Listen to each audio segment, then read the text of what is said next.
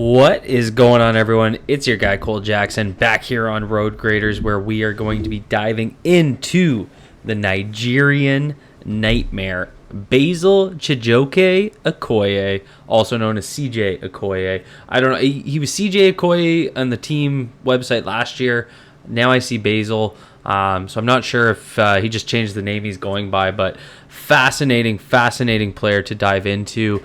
Absolutely looked dominant, taking some early snaps at nose tackle against the Colts on Thursday. And this backup nose tackle spot is wide open. I know they brought in John Jenkins from the Raiders, who also played in that game, but I don't think John Jenkins is a lock by any means. And Okoye has a very, very interesting background, and I actually want to take a second to dive into it. So this was fascinating to me. So he played his first organized football game as a complete game in the Rams preseason game in 2023. So his first NFL preseason game was his first game of organized football. So he came into the Chargers through the NFL International Player Pathway Program, something that got started recently. I believe it was back in 2022 at an NFL Africa camp held in Ghana. He was noticed by Ozi Umenyiora. He was originally a basketball player, and a professional basketball player from Nigeria recommended he go to this camp, and that's when OC saw him. And basically he was brought in to be an offensive lineman, and he ended up I believe he got named the MVP of the NFL Africa camp as an offensive lineman,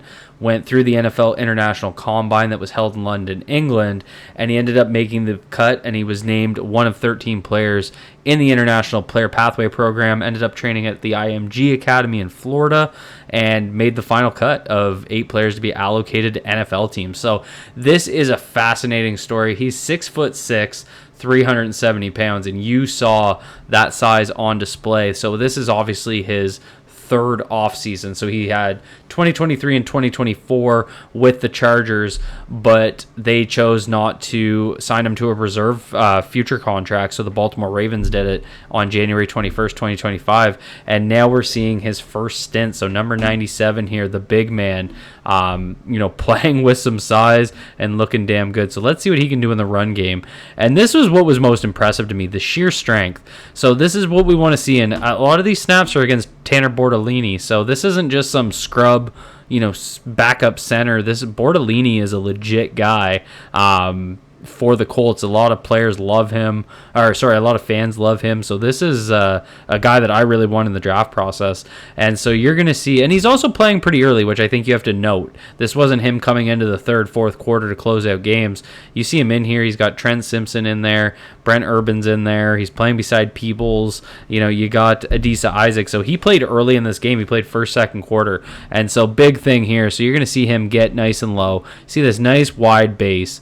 6'6", dipping that wide, hands inside, and you see right there, he's just going to move Bortolini out and take in that gap. You see Trent Simpson coming up to fill, so he's one gapping here, and he's just going to play with sheer strength. He's going to fight through the double team, crossing his body here, and he's going to get across to Goodson and get a little piece of that tackle. So this is a guy that's not easy to move, and the nose tackle position is critical for that. You want to be able to eat space, but really what separates average and good nose tackles is your ability to stack and shed, right? So it's not just to eat a double team and create for guys around you, it's to beat that double team and then be able to make a play on the ball, and that's what made Michael Pierce so great. That's what makes Travis Jones so great. So here you're going to see he's going to end up with a one-on-one block, and he's just going to flow nicely with this outside zone concept. So he's the one tech to the inside of the center. So when he takes that scoop step, based on what's going on around him and where the double teams are, he just knows he's going to have to go one-on-one. His ability to work that one-on-one matchup, because blocking a guy his size 6'6", 370, he doesn't look 370. We'll have to keep an eye on the player website to see if they drop his weight a little bit. But a center blocking this right here, that's it. Thinking beauty, right? Really forcing to have to double team him. That's what creates for guys around. Make a play on the ball is critical. And so here you're going to see him split the double team, right? So this is what I'm talking about. This is your typical nose tackle play where, he's going to anchor against this double team, and he anchors this well. So he's going to stick that foot. He's going to drop that knee a little bit, get that right down, rotate off that, because the key to beating a good double team, it's not just eating it and getting pushed back, it's splitting through the middle, and that's exactly what he's trying to do here. And what this does for the linebackers is that guard isn't able to overtake for the center to release into the second level, so that keeps both Martin and Higgins clean here, because their blocking scheme is trying to get one of those combo blocks into the second level. But Okoye eats it, creates for the guys around him, but splitting that double team is something you want to see.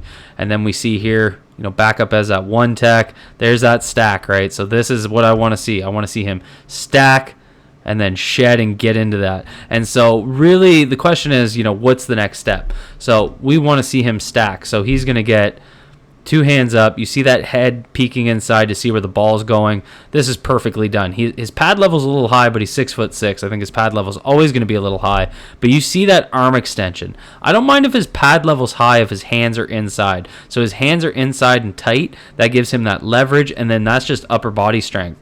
So this is just grown man strength right here. He's going to push up. My video going to skip. Hold on a sec. I'm going to bring this back up.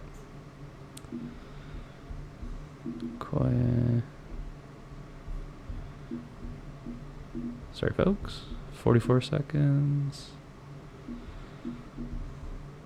Okay. So he is going to push up right there, and then what I want to see is as he sees this running back start to cut, I want to see him shed into that gap quicker. And so it's not that he didn't do it, but I want to see him shed and get his entire body, not just be stepping with his arm. That's just right here. So this is on the touchdown run. So they stack their defensive line against the 2 tight ends. So they got 2 tight ends here. They're going to stack one to tell Okoye to eat this A gap, and that's exactly where he's going to step. So he's supposed to eat this A gap, and essentially what it does is it creates those one-on-one blocks here for Higgins to run in. And so he stacks again perfectly, exactly what I want to see. His hands are inside, his pad level's high, but that's because he's jacking up the center. And then I want to see him shed into that A gap a little bit quicker. You see that arm coming across, right? So that's what the next level is going to be for Okoye. It's going to be going essentially from arm tackles into full body tackles, and I don't think he becomes a linebacker running in free. That's how he's creating for guys around him. Now we get to the real highlight. I think he was credited with 3 pressures, which is great for a nose tackle. And again, this is against Bortolini. Good chat about about this with Denard Melton, and confidence is the big thing that he needs to be able to take that next step. He can do it. He can stack. He can play physical with these guys. He just needs to know that I can make these plays, and this is how many times do we see a guy like Brent Urban bat down a ball? How many times do we see a guy like Calais Campbell do that? Now we get another guy that's 6'6", so I'm really interested to see what he can do with batting balls down. See him lined up as a 0 tech here again on the center, and you're going to see nice little hand positioning here just to kind of swipe the hands away. So as those hands push up, we can't quite see it because we're looking at his back, but he's using this right in essentially a sack, a 1-yard scramble. Actually, I think it said a 0-yard scramble, so he lands on the line to drive that in. So this kid's got a ton of potential. I'm very excited to see where he can go from here. Genuinely can't wait for this kid. And Nigerian Nightmare, that's not my name. That's the nickname that I've seen online for him. So drop a comment down below. Let me know what you guys think about Basil Okoye. Let me know what you think. What should we be doing at this backup nose tackle position? Because it could quickly become very important for the Ravens, especially we saw what happened last year when Travis Jones got hurt. We need a backup nose